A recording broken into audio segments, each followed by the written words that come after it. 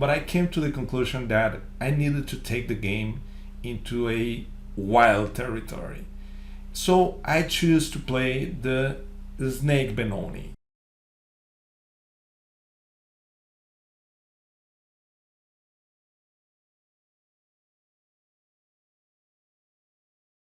I needed to win that game at all costs.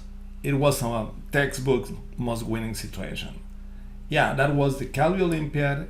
It is one of the last rounds. I mean, it's the 11th round. If I win, I achieve my second Grandmaster norm. A draw is not good, and I'm facing a super solid 1d4 player that, rounds ago drew against Alexander Halifan. He had such a rock-solid repertoire, and my repertoire as black was nice, was okay. I played the Queen's Gambit accepted and the Nimzo Indian, but against these defenses he was really difficult to beat. So I couldn't picture myself beating that guy, a FIDE master from Andorra. His name is M.Simonet. So I came to, it was a nightmare, but I came to the conclusion that I needed to take the game into a wild territory. So I choose to play the Snake Benoni. Yeah, one of those defenses that everyone knows that is refuted, that is not sound, that is absolutely risky. But for me, the risk at that precise moment was to make a draw. If I play a normal game, I saw big chances of a draw happening. And the draw was a really bad result because I had already made all the difficult things. I played a lot of Grandmasters, a lot of strong players. I beat some of them, but I needed to win this one. I want to show you the ideas of the Snake Benoni. But first of all, what is the Snake Benoni and how it appears in our chess landscape?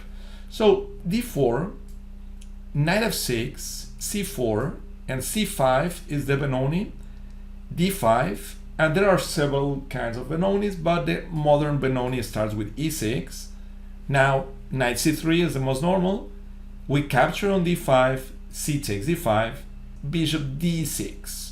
The weirdest move in the position, I guess. One of the most important things on the Snake Benoni, yes, besides the strange position of the bishop, is the pawn majority. Yeah, we have a 3-2 pawn majority in the queen side. This is the same as what happens in the normal modern Benoni with d6.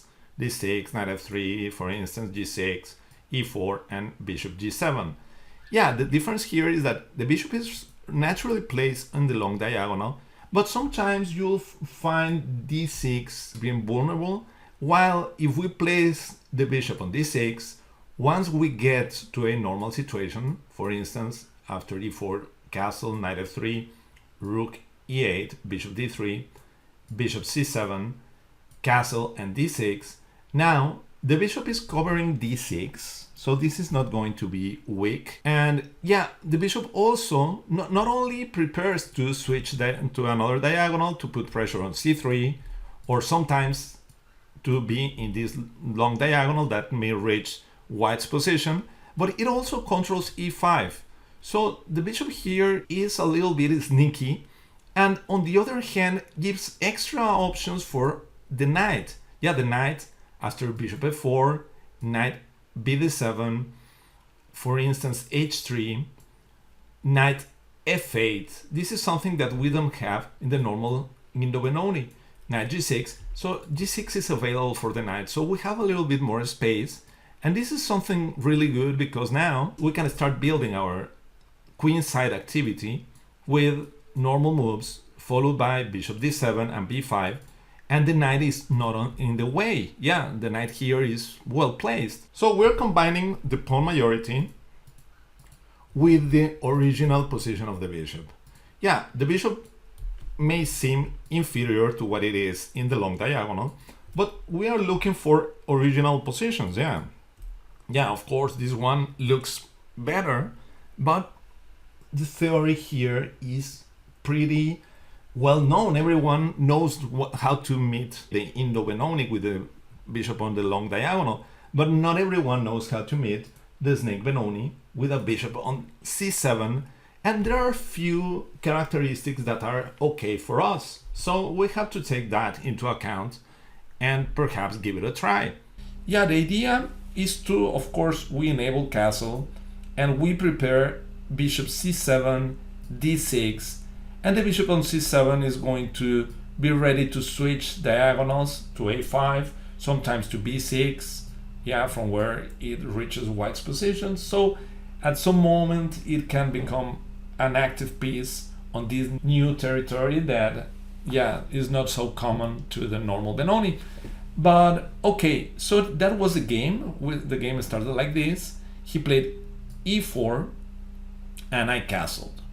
So the Snake Benoni is something that is almost 100-year old. I found games from 1926.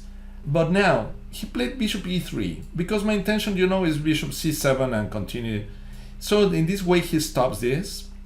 But well, I played rook e8. That is not the strongest. I guess bishop e5 is more precise. Yeah, we sacrificed this, but we get a really nice compensation in case of bishop takes e5, rook e8, and we are putting pressure here, and sometimes even here, f3, queen a5.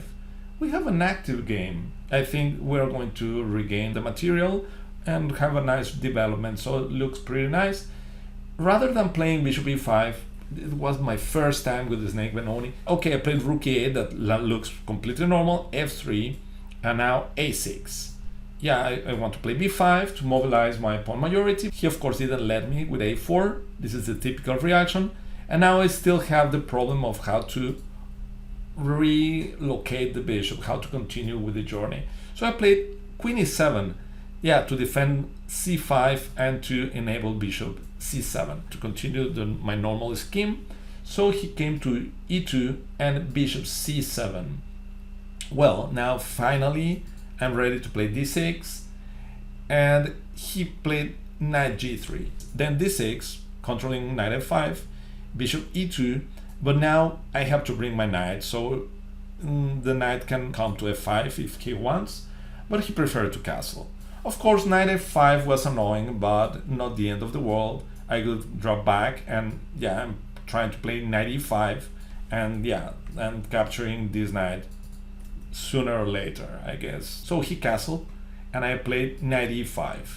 I'm not sure that knight e5 is the best. Perhaps knight f8, keeping the control of e5 and putting pressure on e4. But knight e5 looks active, but the reality is that after some moves, yeah, he played h3, my knight is going to be kicked out. And yeah, I don't know, this will earn some tempi. And if we compare the kind of situation, if they play f4 here, at least they are not attacking the knight right away. So I think knight f8 was better. Okay, I played knight e5, h3, and rook b8.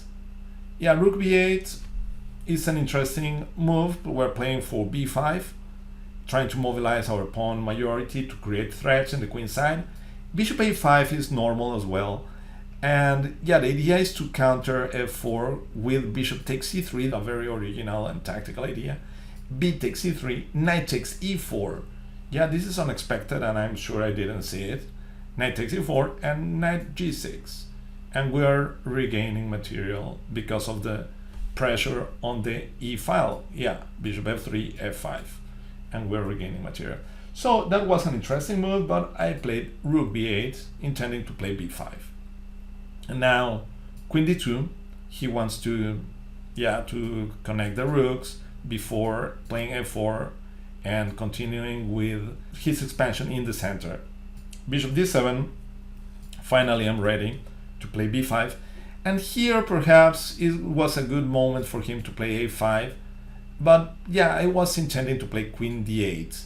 Yeah, putting pressure here on a5. So other move that might be interesting is f4, knight g6, and yeah, probably here a5 is similar.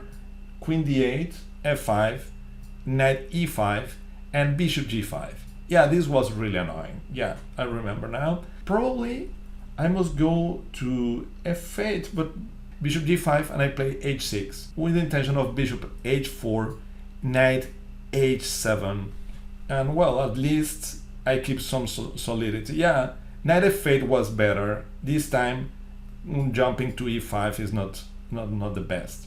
So yeah, my position is really close to the edge, but yeah, playing knight f8, I could have had practical chances at least. So bishop d7 and rook f e1. This is a little bit passive. The rook was better placed on the f file. So this is not such a dangerous move. So I took advantage and I played b5. Yeah, trying to create a crisis on the queen side. This is the idea of the whole thing. So he played f4 and I came back to g6, bishop d3.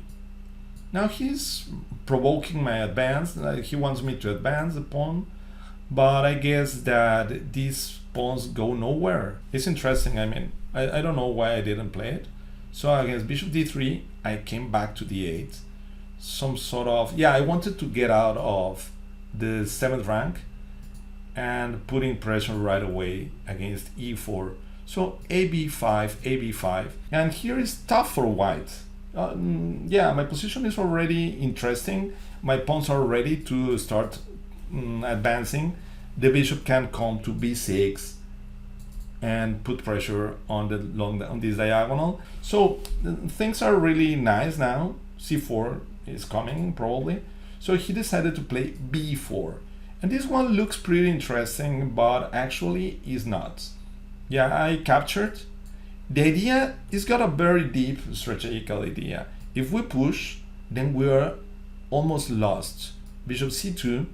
And the thing is that the center prevails. The center will be able to move forward at some moment.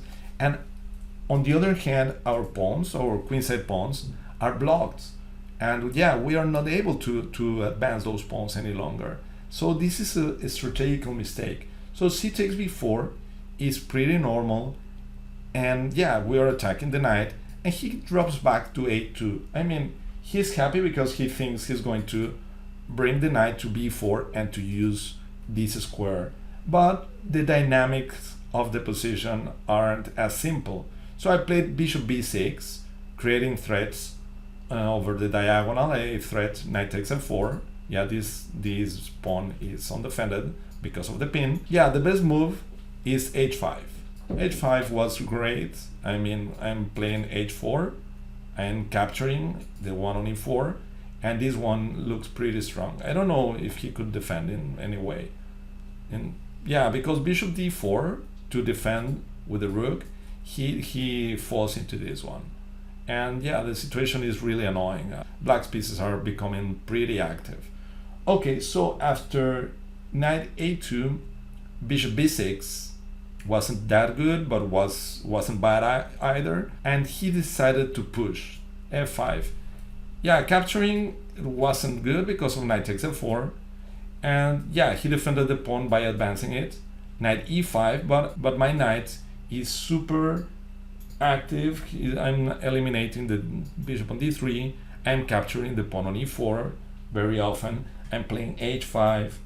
So the position is really becoming close to winning for me. He captured on b4, and here comes a really interesting moment. What to do? I have several ways to improve my position.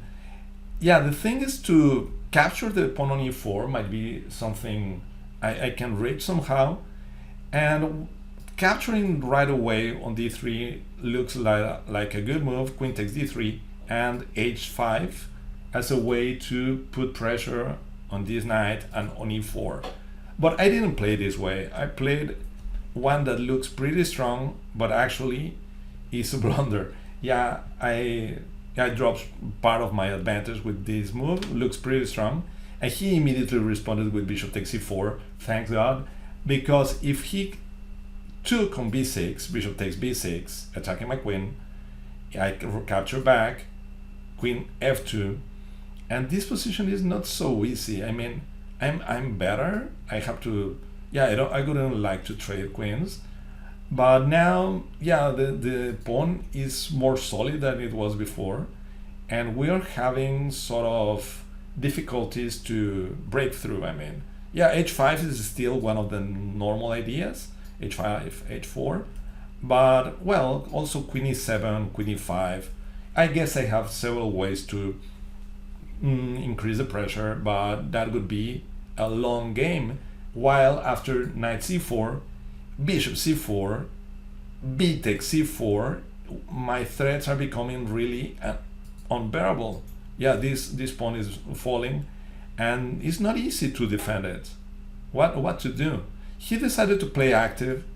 He played rook a6, and yeah, that helped me finishing the game and clinching the norm, because now I'm not just capturing this one, but I'm capturing the knight as well. So he decided to resign it here. It was a relief for me to win the game in this way, and the decision proved right. It could have gone horribly wrong. I don't know. I was lucky. I feel grateful to the Snake Benoni, but I have to confess that it's really dubious. Okay, thank you for your attention. I really appreciate your attention. If you like the video, if you like the ideas, please remember to give me a thumbs up and to subscribe to the channel in case you haven't done it. Thank you very much, and see you next time. Goodbye.